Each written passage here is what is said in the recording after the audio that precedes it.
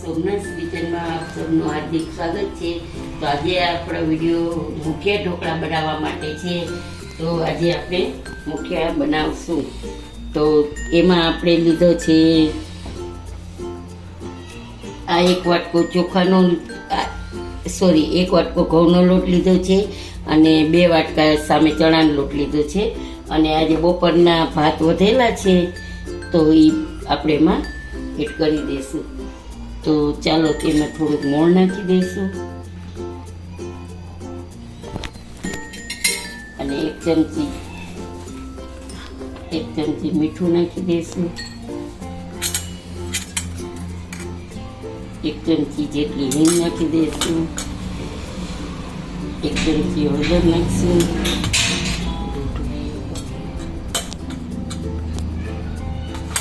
પછી આપણે એમાં નાખી દઈશું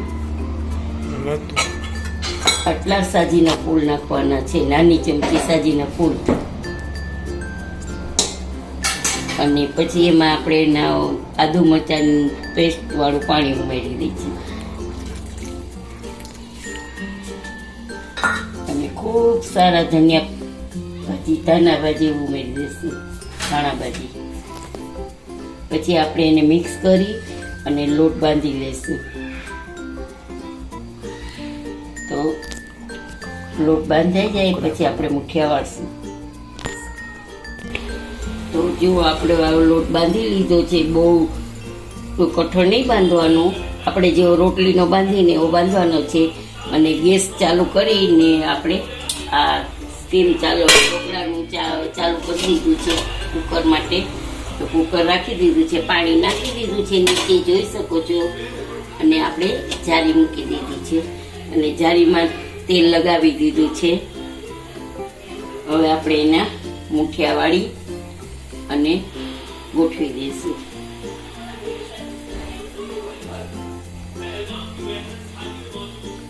ચોટે તો તેલ વાળો હાથ કરતું જવાનું એટલે આપણા મુઠિયા ચોટશે નહીં।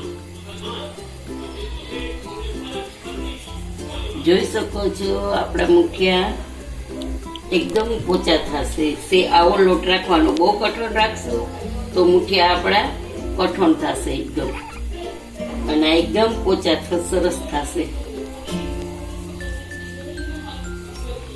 તો ચલો આવી રીતે આપણે બધા મુઠિયા એક એક કરીને ગોઠવી દીધા છે।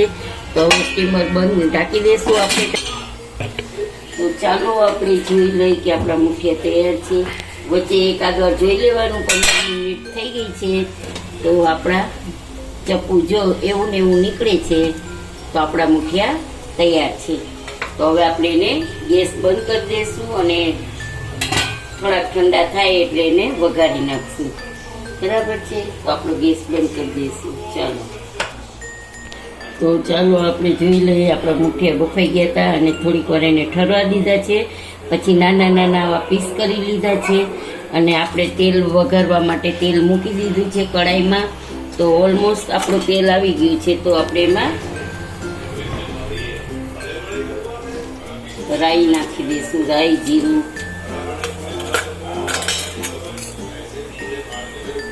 એકદમ તતડી જાય પછી આપણે હિંગ નાખી દઈશું,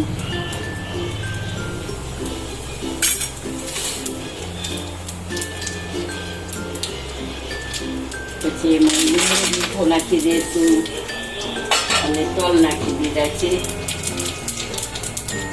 પછી આપણે એમાં બધા મુઠિયા એડ કરી દઈશું ને ફેરવી દઈશું। પછી એમાં આટલી ખાંડ છે તો ખાંડ નાખી દઈશું,